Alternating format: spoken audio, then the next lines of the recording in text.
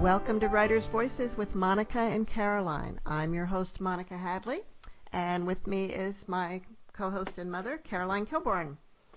And hello, everyone, whether you're listening in the morning, the afternoon, or whenever, welcome to Writers' Voices. And it's another lovely Iowa day. Maybe some so rain. far. So far. Maybe getting some rain. When we're recording this, who knows what it is like when you're listening to it. Hopefully the weather is great wherever you are. Or Amen. Or raining, if that's what you need. Yes.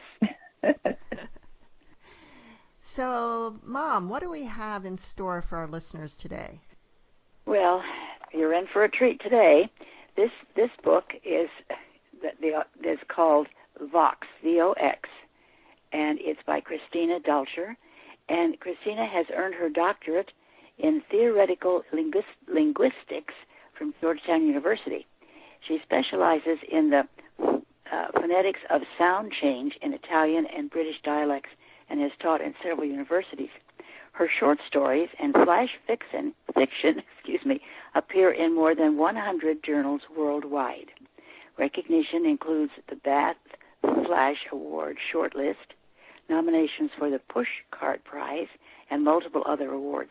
She lives in Norfolk, Virginia with her husband, and we'd like to welcome her to the program today.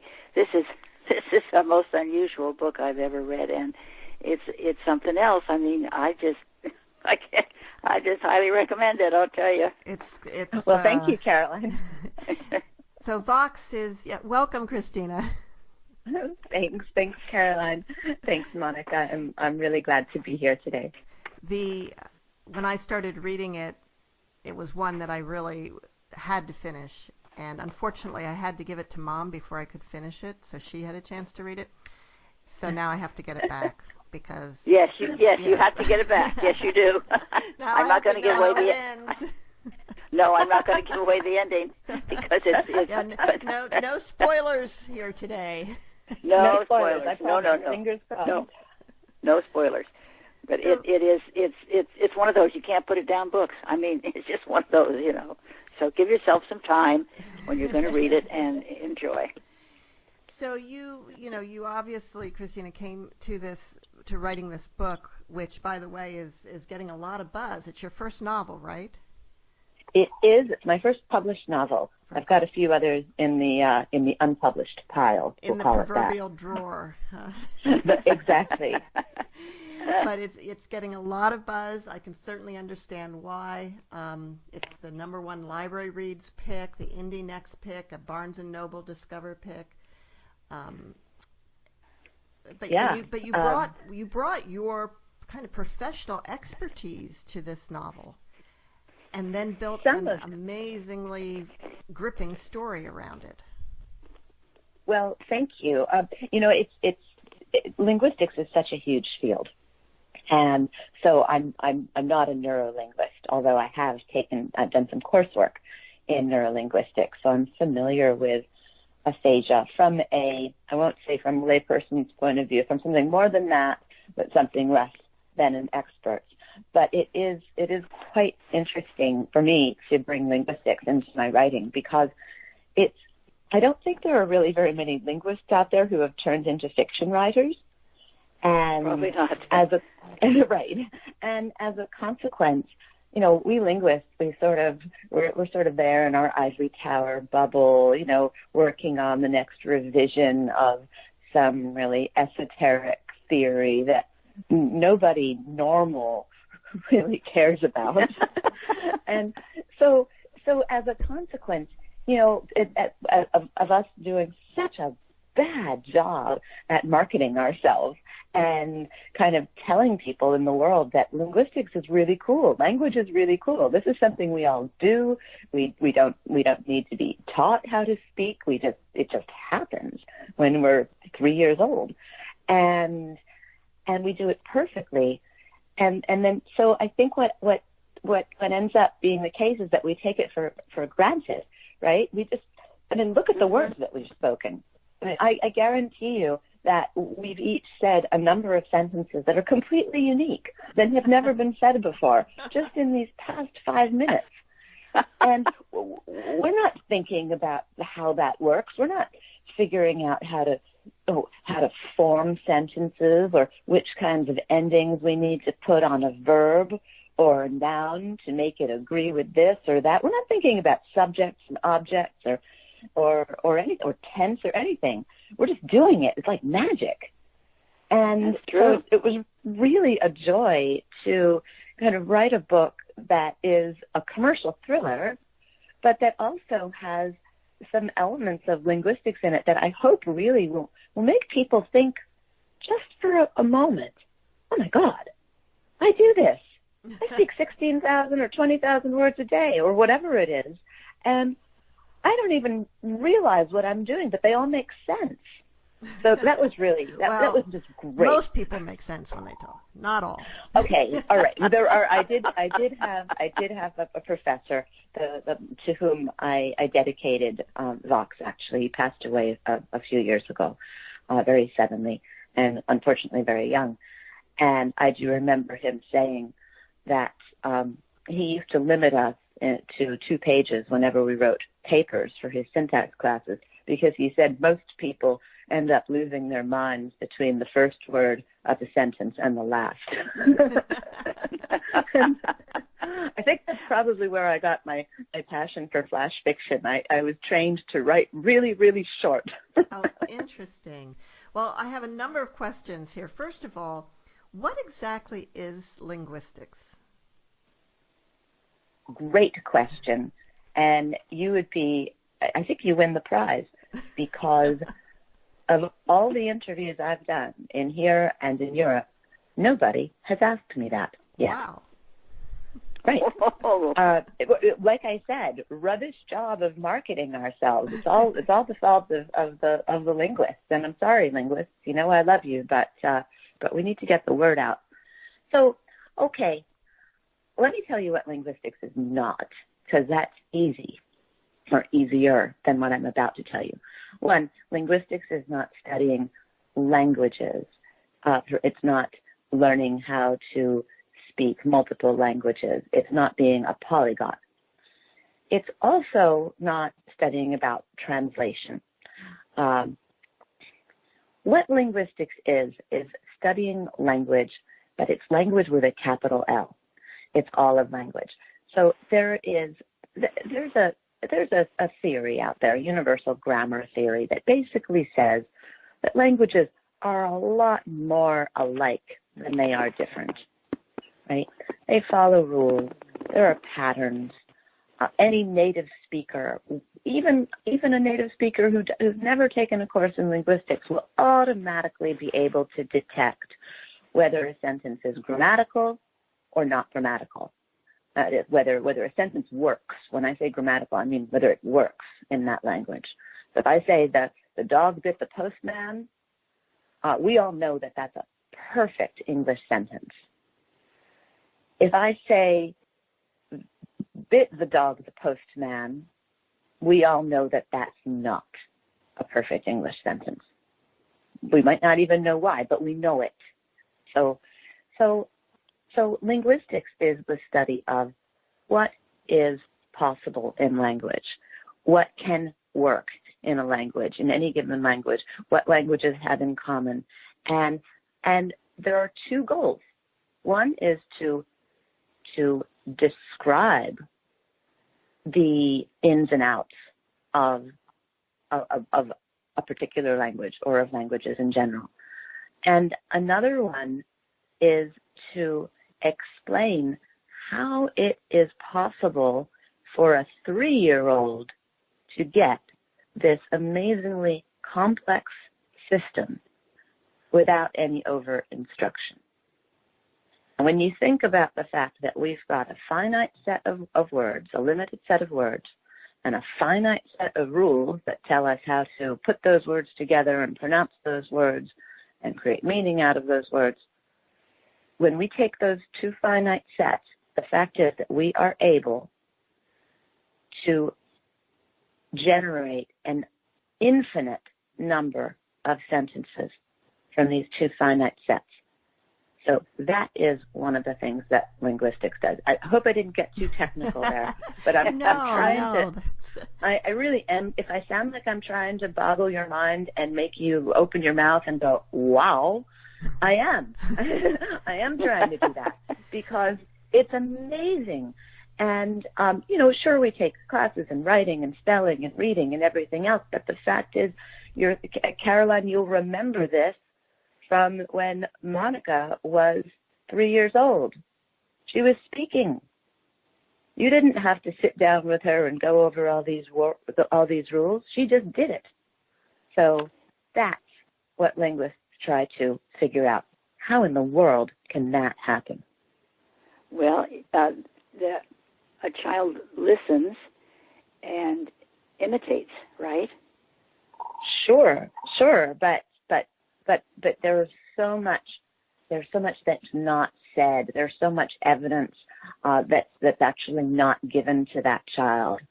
So and of course we can, even though we might say, there's a famous little bit about a teacher saying, or a mother talking to her child, and the child keeps saying, the teacher holded the baby rabbits. And the mother says, you mean the teacher held the baby rabbits? And the child keeps repeating and insisting that the teacher holded the baby rabbits. So there's good evidence actually that kids are not just imitating. They're actually generating things based on this set of rules, and they're working with this set of rules. It's quite amazing. I have a funny story. When my daughter was about 3 years old, her dad took her to the doctor for a checkup, and she came to meet me afterwards, and she said, the doctor said he wanted to eat me like I was a salad. And I'm like, what in the world? And, I got a little worried here. And I said, Daniel, were you there the whole time? What's she talking about? He said, yeah, I was in the room the whole time. And then he goes, oh, he went to pick her up and put her on the table. And he said, wow, you certainly are a solid girl. Oh, that's excellent. Yeah. And another great example that, kids are doing their own things sometimes with language. So we've moved beyond B.S. Skinner, who did say that they're imitating. And we moved on to Chomsky, who said, no, they're not imitating, they're generating. So there was a really big, bright line that was drawn in the 1950s when Chomsky, who's kind of the father of modern linguistics, published his first works. Well, what always fascinates me is how different languages are in the way that they, not in, it doesn't surprise me that people separately develop different words for things, but that they use such different sounds that it can be very difficult for an English speaker, for example, to really even make the sounds of some other languages. Absolutely. I mean, this is another thing that we learn as small children, and we are hearing these things. We're basically we've got a very large set of possible sounds in human languages, a very large set. But of course, not every language makes use of all of those sounds. A language will choose some subset of those sounds, whether they're consonants or vowels. And children learn to identify the sounds in their first languages very, very early on, long before 3 years old, and they just sort of rule out all the other ones. And so from a sort of phonetic standpoint, it does become very difficult. I mean, look at, if you've ever studied French, there's that funny French U sound, like in tu, for the word for you, T-U. And, we just don't have that U in English. We have an U and we have an E, but we don't have an U, which is somewhere in the middle. So this is another interesting thing that people do with when they, and then we have to go back to like Piaget and the theory of learning. What do people do when they're confronted with a new thing? They can either assimilate or they can accommodate. So they'll either uh, they'll either create a new category for it, or they'll put it into an existing category, something that they're comfortable with. And this is why, for instance, if you go into a French 101 class, you're going to hear a lot of English-speaking students saying tu instead of tu, right? Because they don't want to create that new category. They want to put it into the closest category that they have. And this, Piaget was not just talking about language. He was talking about what happens when we're confronted with any new thing. This is, for instance, your kid probably once saw, I don't know, a horse and called it a dog, right? Mm-hmm. Because it had 4 legs and fur on it, or hair, right? It was an animal, not a human. And if the kid hasn't seen a horse yet, but has seen a lot of dogs, then what are they doing? They're just putting it into that category. Well, that's another thing that always puzzled me, is how we all know that this animal, that a Chihuahua is a dog and a Great Pyrenees is a dog. They are so unlike each other, and yet absolutely, we look at all any type of animal and that is a dog, and we somehow know that it's a dog. Absolutely. Dog, and this is that's the field of semantics now that we're talking about, and categories, and sets and subsets. I mean, it truly is fascinating. And what we're doing, we better get back to your book. We better get back to the book, because now we've kind of branched into the meta-theoretical sort of area of what knowledge is, and we could go on for that. I'd have to write a whole new book. Yeah, really. If you're just joining us, you're listening to Writers' Voices with Monica and Caroline, and our guest today is Christina Dalcher, author of Vox.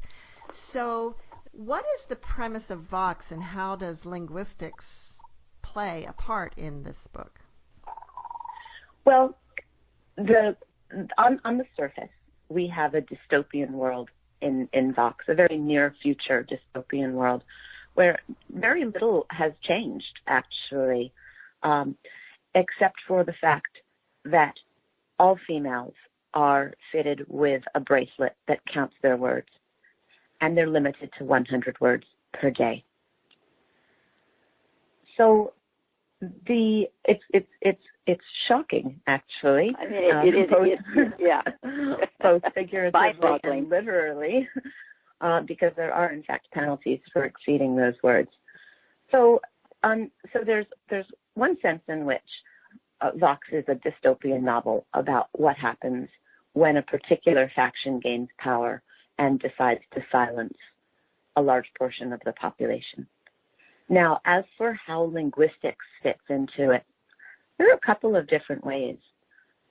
One is simply this silencing, and I worked in language. I worked in the concept of voice, and vox, as you know, and for anybody who doesn't know, is Latin, the Latin word for voice. So voice factors in to vox in 2 different ways. One, in a very easy to see way, that is, women and female girls are limited in the way that they use their voices. They can only speak 100 words. But there's another way. There's a sort of metaphorical voice. There's the voice that my main character, Jean McClellan, the neurolinguist, never used when she was younger. The voice that she could have used to speak up, or to vote, or to write to her congressmen or her senators.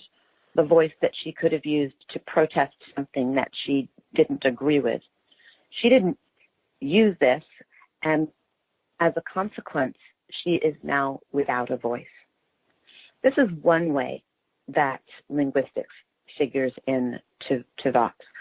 There's another way as well, and it has to do with the notion of a critical period for language acquisition.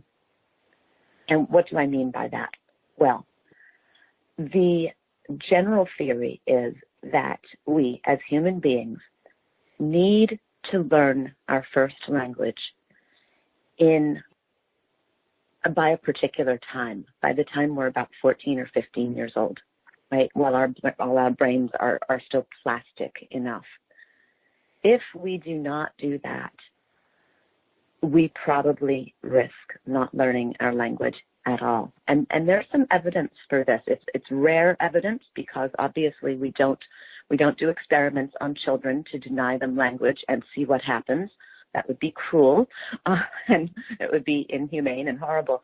But in fact, there have been cases in the past where we found children who are feral, who are wild children, in the sense that they have grown up not being exposed to language. One famous case is Victor of Avignon. This was, I believe, late 18th century France. And François Truffaut made an excellent movie called L'Enfant Sauvage, which means the wild child, about this case.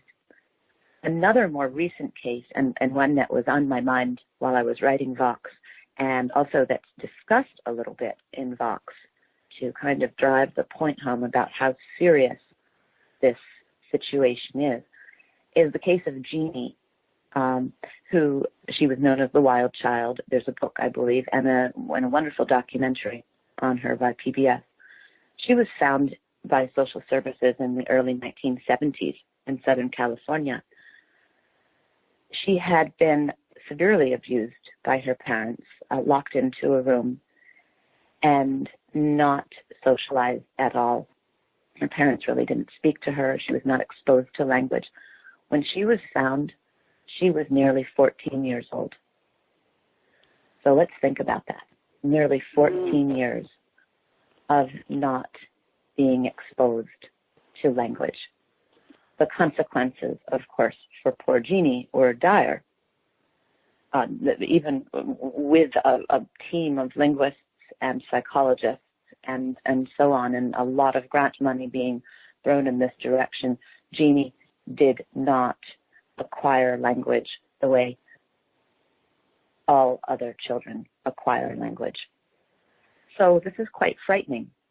And yes, when we look at Jean's daughter in Vox, Sonia, who is 6 years old, who is living in a world where all she knows is that she gets 100 words per day, we have to wonder, is her language going to be acquired as her brother's languages are acquired? Or is she at risk of really having a degraded linguistic system? So that's actually very frightening. It was very frightening to me, and much more frightening than the concept of the political pressure and the 100-word limit and so on and so forth. When Vox opens, it's been about a year since these counters were put on all the women. Right. And we get a little backstory of how it happened. And one of the things is, like, how could something like this happen? How could it go this far? And, Mom, when she was reading it, asked me, do you think, something like this could really happen? I said, well, look at the Taliban. I mean, people, sure, people in power do try and silence others. And, under the Taliban rule, girls weren't allowed to go to school. I mean, look at slavery in the United States, where black people were not allowed to learn to read under punishment of severe punishment.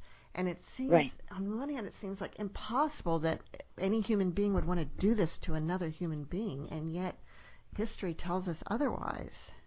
It does seem impossible. It does seem impossible, and yet it's horrifyingly true. I was just in Baltimore the other day, and I took a tour of, there are a number of ships that are not in use anymore, that are docked around Baltimore, and you can go and visit them. And since my husband was in the Coast Guard, I thought, this will be a good treat for him. We'll go on boats. and one of them was actually very, very integral in the abolition of the slave trade. And there were some absolutely shocking renderings of these of slave ships and the to use that horrible euphemism, cargo holds, which weren't cargo holds, they were human holds. And they're just absolutely sickening to look at.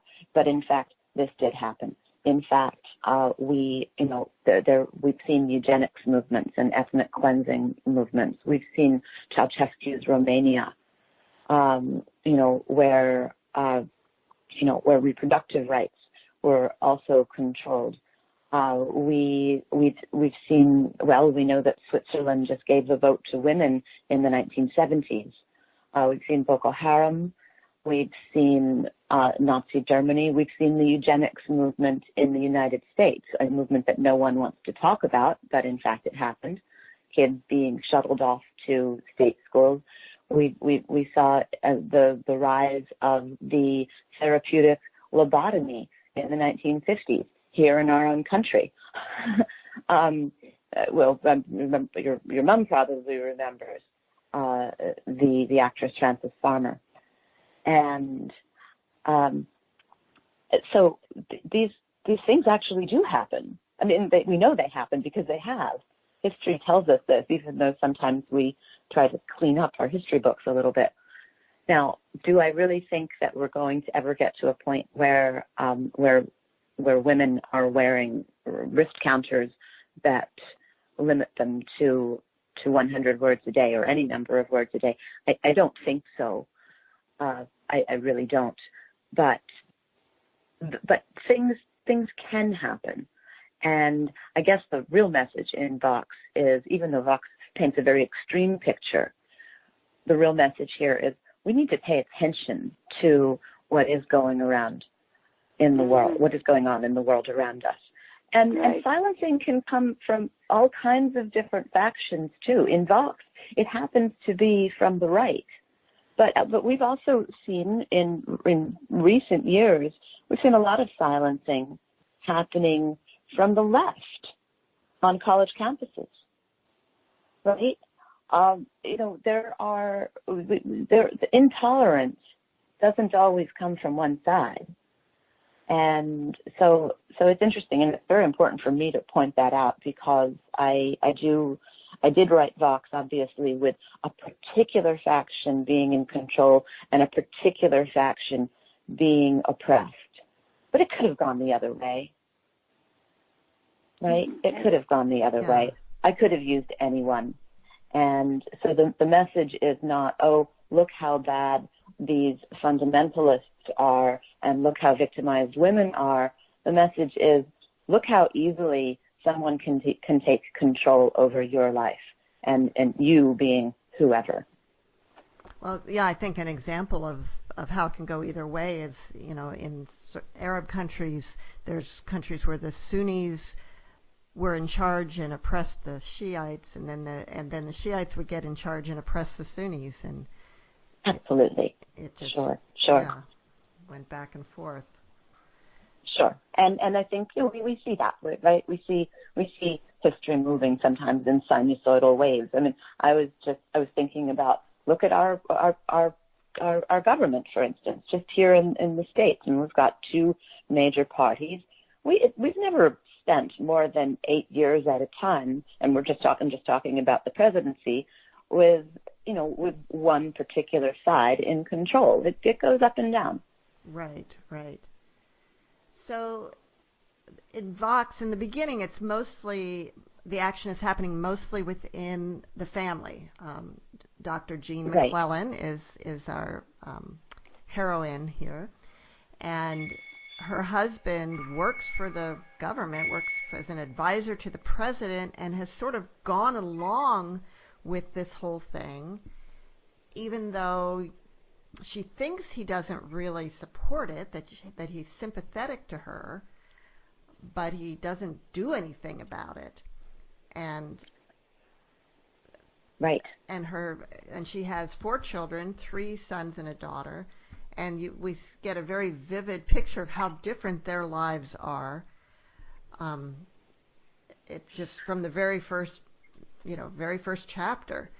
In fact, right. We've got a family sitting around dinner, and it just everything seems absolutely normal. This is what people do. Families sit around a dinner table. The kids are back from school. Somebody's home from work, and they talk. Except in Vox, the women aren't talking. Wow. Would you like to read a little bit from Vox for us? I would love to. Great. I have 2 sort of short pieces. One is a little bit more introspective, and one is a little bit more action-filled. And these are both from the early chapters of the book, where we're still seeing Jean at home and watching her navigate through this. So this first passage happens at night after Jean puts her daughter to bed and goes to bed herself. She's out of words for the day. Her word counter will not reset itself until midnight. So, here we are. Sometimes I trace invisible letters on my palm. While Patrick and the boys talk with their tongues outside, I talk with my fingers. I scream and whine and curse about what, in Patrick's words, used to be. This is how things are now. We have allotments of 100 words a day. My books, even the old copies of Julia Child, and here's irony, the tattered red and white checked Better Homes and Gardens a friend decided would be a cute joke for a wedding gift, are locked in cupboards so Sonia can't get at them, which means I can't get at them either. Patrick carries the keys around like a weight, and sometimes I think it's the heaviness of this burden that makes him look older. It's the little stuff I miss most. Jars of pens and pencils tucked into the corners of every room. Notepads wedged in between cookbooks. The dry erase shopping list on the wall next to the spice cabinet. Even my old refrigerator poetry magnets, the ones Stephen used to concoct ridiculous Italo-English sentences with, laughing himself to pieces. Gone, gone, gone. Like my email account. Like everything. Some of life's little sillinesses remain the same. I still drive, hit the grocery store on Tuesdays and Fridays, shop for new dresses and handbags, get my hair done once a month down at Iannuzzi's. Not that I've changed the cut. I'd need too many precious words to tell Stefano how much to take off here and how much to leave there.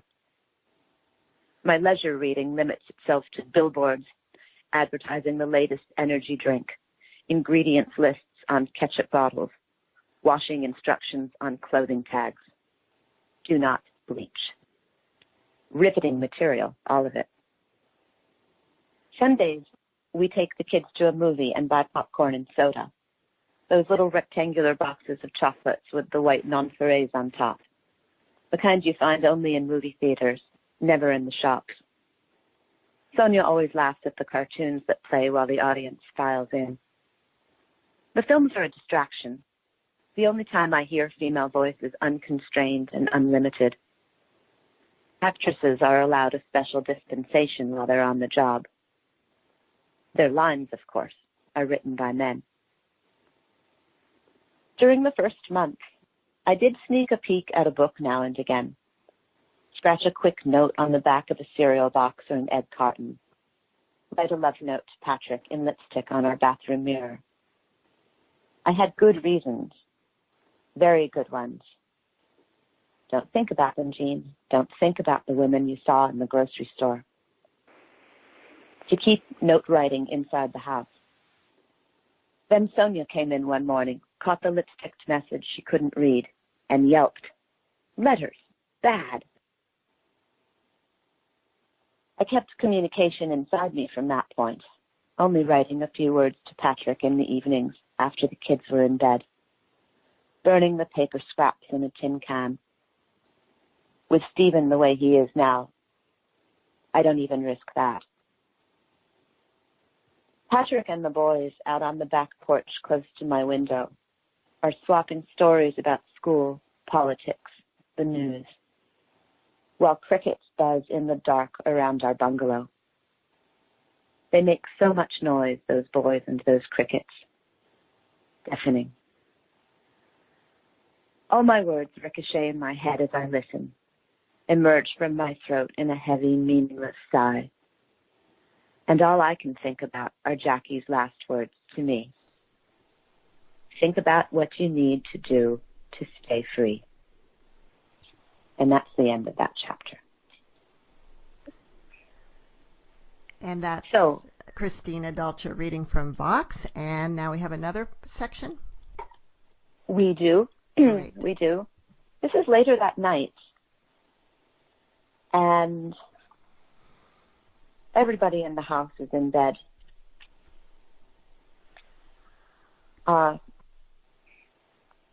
Again, this is from Jean's perspective. The first time she screams, I think I'm dreaming. Patrick snores beside me. He's always been one to sleep heavily, and his schedule for the past month has run him into the ground. So snore, snore, snore. My sympathy has already expired. Let them work 12-hour days to pick up the inevitable slack that canceling almost half of the workforce brought about. Let them bury themselves in paperwork and administrative nonsense and then limp home only to sleep like the dead and get up and do it all over again. What did they expect? It isn't Patrick's fault. I know this in my heart and in my mind. With 4 kids, we need the income his job brings in. Still, I'm all dry on sympathy. She screams again, not a wordless scream, but a blood-curdling waterfall of words. Mommy, don't let it get me, don't let it get me, don't let it get me, don't let it get me. I'm out of the bed in a tumble of sheets and quilts, nightdress tangled around my legs. My shin slams into the hard corner of the bedside table, a bullseye on my bone. This one will bleed, leave a scar, but I'm not thinking about that. I'm thinking about the scar I'll own if I don't make it to Sonia's bedroom in time to quiet her. The words continue pouring out, flying through the hall toward me like poisoned darts from a million hostile blowpipes. Each one stings. Each one pierces my once tough skin with the precision of a surgeon's scalpel, driving directly to my gut. How many words has she said? 50? 60? More? More. Oh, God. Now Patrick's up, wide-eyed and pallid, a picture of some silver screen hero fresh with fright on discovering the monster in the closet. I hear his footsteps quick behind me, matching the thrum of blood pulsing through my veins. Hear him yell, "Run, Jean, run." But I don't turn around. Doors open as I fly past them, first Steve, then the twins. Someone, maybe Patrick, maybe me, slaps on the hall light switch, and 3 blurred faces, pale as ghosts, appear in my peripheral vision. Of course Sonia's room would be the farthest from my own. Mommy, please don't let it get me. Please don't let it get me. Don't. Sam and Leo start crying. For the smallest of moments, I register a single thought. Lousy mother.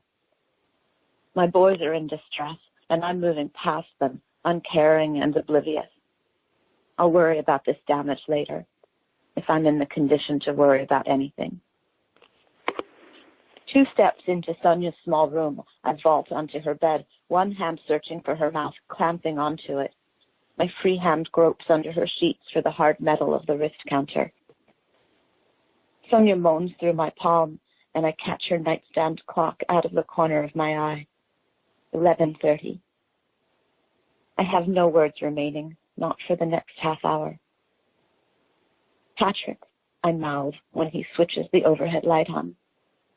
4 pairs of eyes stare at the scene on Sonia's bed.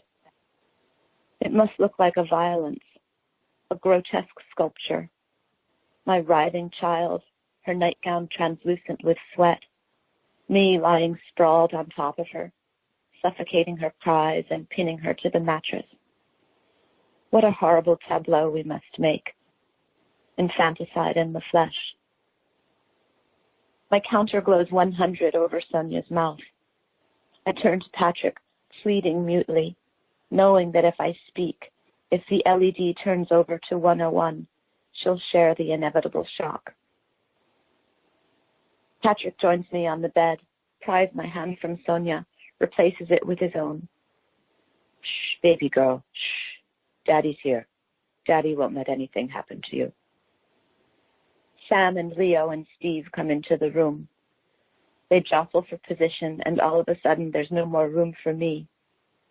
Lousy mother becomes useless mother. 2 words ping-ponging in my head.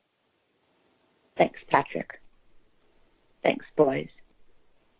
I don't hate them. I tell myself I don't hate them. But sometimes I do. And that's all. And again, Christina Dalcher reading from Vox. Christina, how hard was it to write that scene? It's I still get chills when I read it, and I definitely had chills when I wrote it. I wrote it very quickly because there's something about the tension there.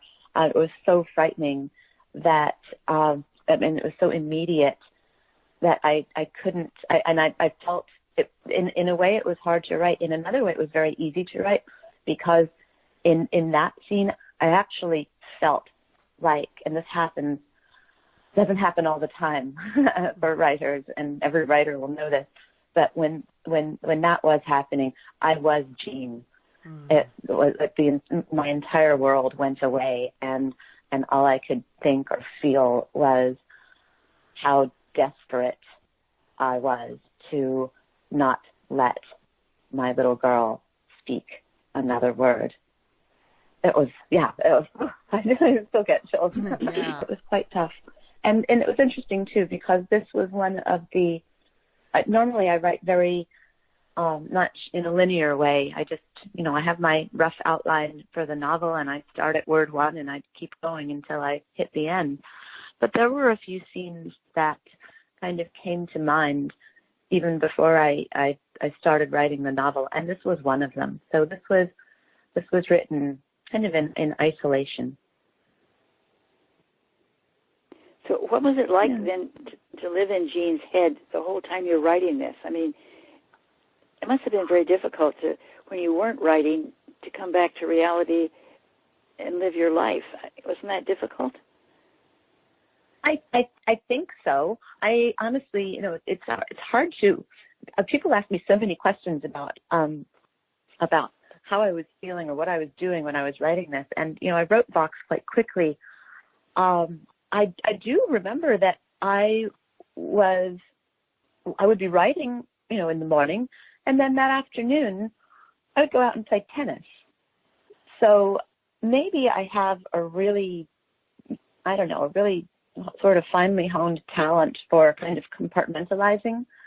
I think that must be the case, because I would not have been able to function if I'd been constantly living in Jean's head. So I did write, and then when the writing was done, I said, okay, finished now. Time to go do a little gardening or play some tennis or cook some dinner. And of course, I didn't talk about the book either while I was writing it, because every time I tried to talk about it with my husband, this is kind of ironic since I wrote a book about men shutting women up, which my husband never does, ever. But the fact is, he didn't want to hear about the book until it was finished, because he wanted to read it without knowing anything. So I really didn't tell a lot of people what was going on. I just kind of kept this internalized. And well, how long did it take you to write this? How long did it take you to write it? It took 2 months. 2 months? It took 2 months. I wrote this between May 23rd and July 23rd of 2017. Oh my if you goodness, can believe that is wicked fast. And well, I had a really good motivation. When I first, I had a novel out on submission, a different novel out on submission to publishers, and I had my agent already. And when I wrote the short story version of Vox, and it was getting some really good feedback from my readers and also from some editors of anthologies that I'd sent it to, I thought, wow, maybe I could turn this into something bigger. So I approached my agent and told her about it. She said it sounds deliciously creepy. And I thought, okay, well, I'll get writing then. But the thing was, my agent was pregnant at the time. And the baby was due in early November. And she wasn't going to be reading any more client manuscripts after a certain point, I think in September. So I needed to get this thing done. I needed to get it to my readers, make revisions, and then get it to my agent before September. So that was that lit a little fire under me, let's say. Wow. Mm-hmm. Okay. It's also kind of amazing that you wrote this in 2017 and it's already out, right? It's already released? That is amazing. It's unusual. It's really unusual. So for anyone out there who is either a writer who is just sort of exploring the route to publication, or even for anyone who's a reader who just doesn't understand how books work, the two operative terms that I'll use to describe the publishing industry, and I mean this in a very nice way, are glacially slow. It's true. I mean, the fact is the road to publication can be a very, very long one. If you do not already have an agent, you've got to write a book.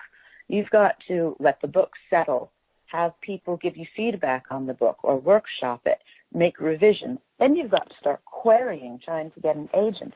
That can take a long time. Then once you do have that agent, you're looking at a number of revisions probably from, that you're getting from your literary agents. Then it will go out on submission to publishers. And it could take weeks, it could take months, it could take many months. When you do get a publishing deal, the average, I think, space between a book deal and seeing your book on the shelves is probably around 18 months. So when you think about all that, the road to publication can be a very, very long one. This did happen quite quickly. My publishers at Berkeley, which is an imprint of Penguin Random House, decided to get this out, quite fast sooner. track. On the fast track, exactly. Is one of the reasons the popularity of the TV series Handmaid's Tale? I think that could be part of it. I also think that, we always see trends in publishing. So let's take Stephenie Meyer's Twilight, for example, a series which I love and just gobbled up when I was probably in my 40s, I think. So not just for teenagers. But when that enjoyed so much success, I mean, really an insane amount of success, that what happened was we started seeing this publishing trend, right? People wanted these paranormal romances and vampires and shapeshifters and so on. And of course, trends come and go. We saw trends in young adult dystopian fiction. We saw trends with unreliable narrators more recently.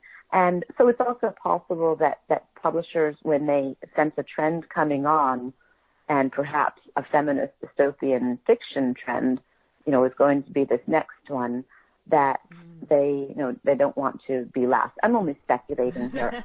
Also though, when I was first talking to my editor about this, and we were throwing around potential publication dates in 2019, I said, well, something's happening in fall 2018. Midterm elections. Mm-hmm.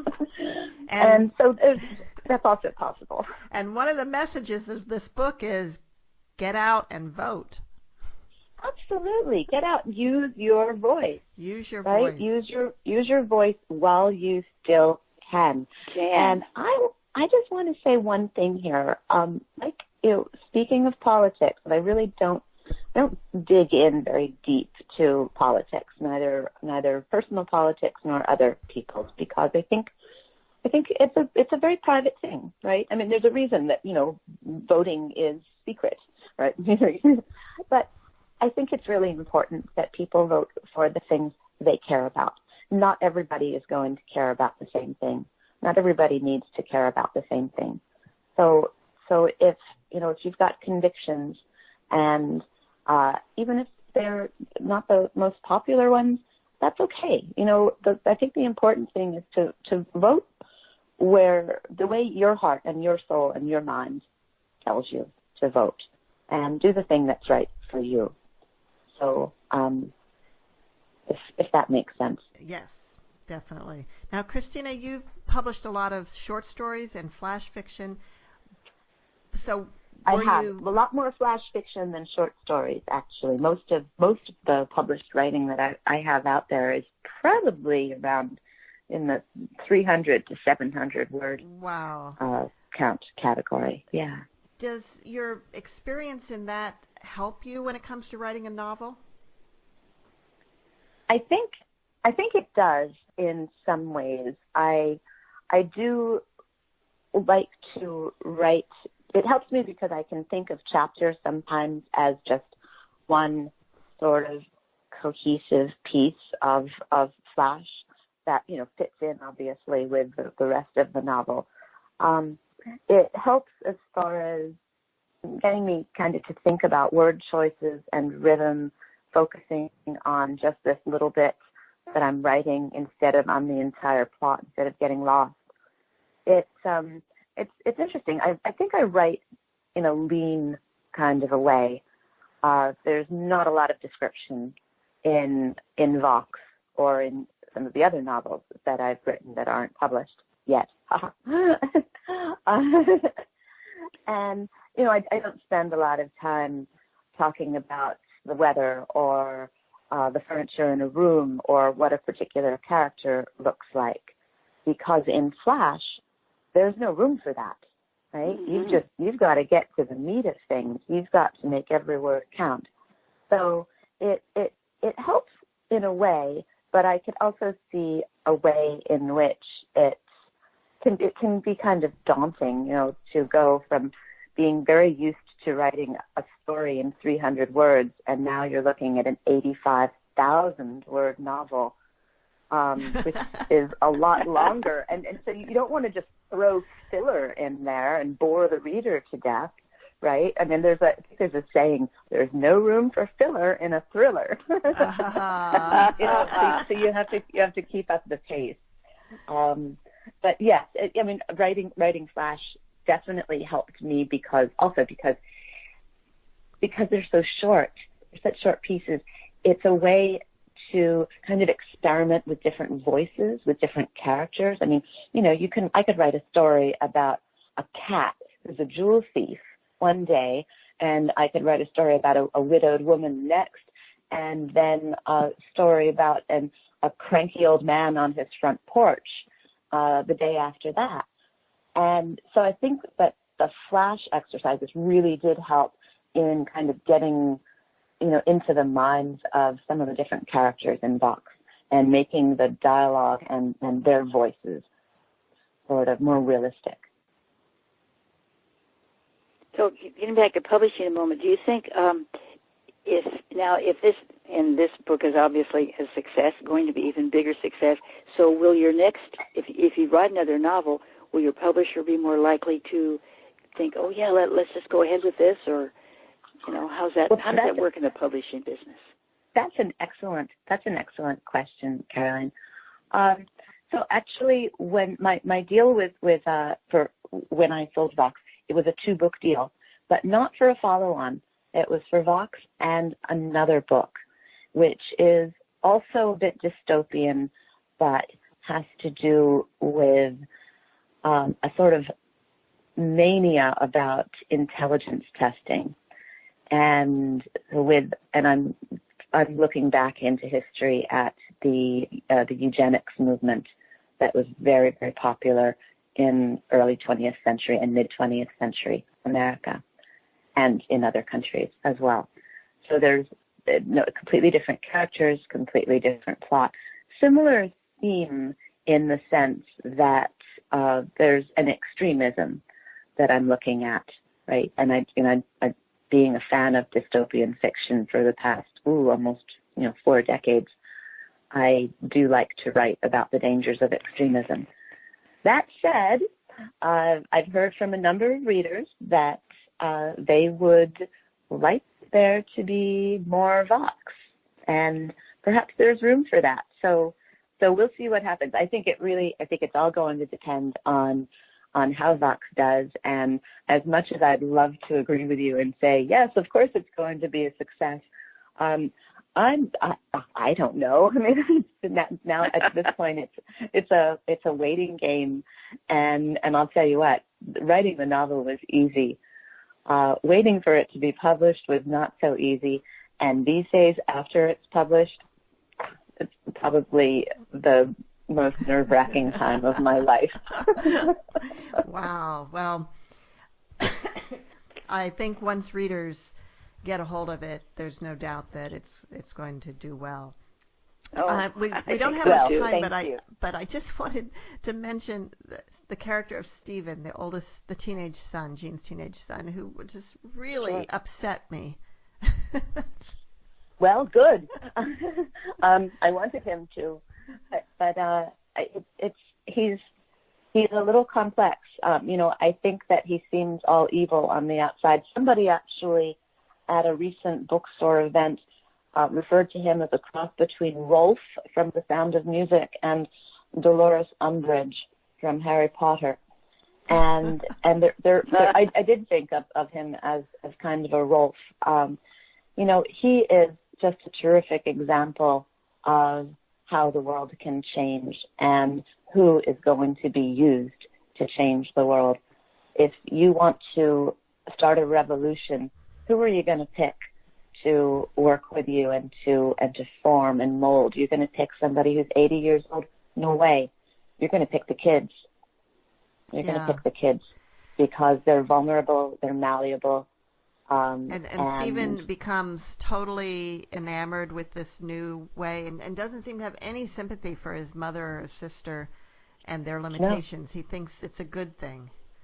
He gets brainwashed very easily. He does. He embraces the pure movement and really he doesn't think about it very much. And this is something that we learn to do as we grow older. I'm not saying that teenagers are incapable of thinking or of introspection or rational thought, but with experience, I think, does come the ability to analyze what's going on around you in that's a good point. In a finer way. And Stephen just doesn't have that ability, which of course is why these movements pick kids. I mean, Charles Manson was, he had young people following him, right? Right. I mean, he wasn't going after the 40-year-olds. He was looking for the young kids. Well, Christina, unfortunately, we are out of time. That's all right. It was a delight talking to you both. It was our great pleasure. And Mom, do you have some closing words for us? Yes, I do.